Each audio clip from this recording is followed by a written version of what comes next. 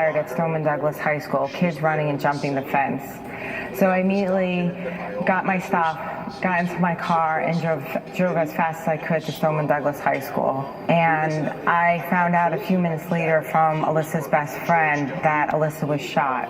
I was basically paralyzed with horror and terror and fell to the ground and started screaming. Lori Al-Hadef lost the eldest of her 3 kids at Marjory Stoneman Douglas High School in Parkland, Florida. That moment obviously changed her and her family forever and gave her a new mission. When my daughter was shot 10 times with an AR-15, I empowered myself to want to have change happen and to be a voice for change. We need to protect our students, and part of that protection is about guns. I believe in the Second Amendment, the right for people to bear arms, but we need responsible gun ownership. She won a seat on the Broward County School Board and now believes dealing with the, quote, gun issue is a key issue this midterm election. And securing schools, she says, is all part of it. We've had all these school shootings happen and people dying. When are we going to look at hardening our schools? We need to protect them, just like we do our banks, our court offices, and we protect our elected officials. We need to protect our children. The test scores, they're not going to matter if our children are not coming home alive. We want to discuss the public safety in schools and public safety generally, but school safety. We can't have this go on. President Trump has talked about taking some action, but so far the commission he set up has not made its recommendations. The National Rifle Association gives Joe Manchin a grade of D. We must elect Patrick Morrisey. The NRA and other pro-gun groups are still very active in races across the country, trying to prevent legislative efforts to restrict gun ownership or rights. And in red states... That's me, shooting the cap and trade bill, because it was bad for West Virginia. It's all about West Virginia. Ads with candidates shooting guns, even from Democrats, are popular. New Mexicans don't care which party gets the credit or the blame. We just want someone to deliver. A number of Republican races are not shying away from the gun issue either, often pointing to opponents as wanting to, quote, take away guns or restrict rights.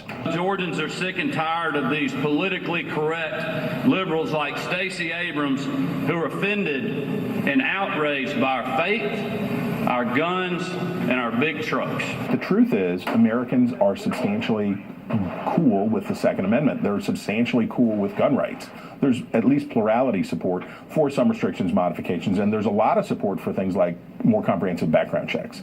But what happens every time, there's no action, everything stays exactly as it is, and everybody just braces for the next tragedy when the discussion is renewed.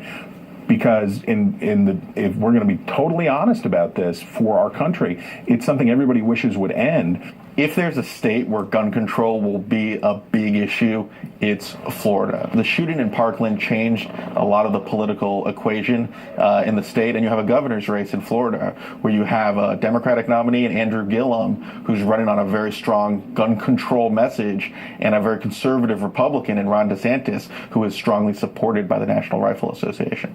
The gun issue is a big issue, especially in 3 states where they've had mass shootings over the past year: Florida, Texas, and obviously also Nevada. They have some serious races in all 3 of those, Senate, House, and governor's races. As you look at the House, though, there are a number of races that really hang in the balance, and they could be decided by a number of different issues. Currently, the balance is Republicans 240, Democrats 195. These are House toss-up seats. They could go either way. If Republicans win half of those seats, well, guess what?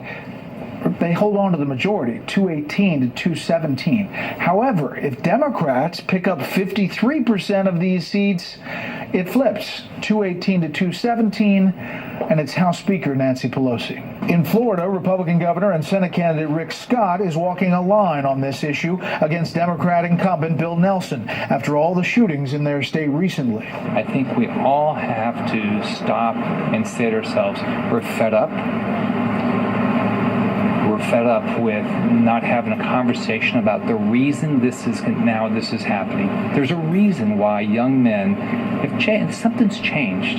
Are we getting to the point of getting the votes to start passing some meaningful gun restrictions legislation, such as what I just explained, a comprehensive universal background check in the purchase or acquisition of a gun? I think that's where elections have consequences. Which brings us back to now Broward County School Board member Lori Alhadeff. She says there have to be some common sense solutions. I'm honoring Alyssa, and I'm using my voice to make sure change happens. You know, Alyssa was the type of kid that would want me to be a voice for change. If she was here, she would be with all the other kids speaking up and being a voice. And for me, that's what I need to do, and I'm on a mission. I'm going to make it happen. We'll see if her efforts and others on this issue move the needle this November. In Washington, Brett Baer, Fox News.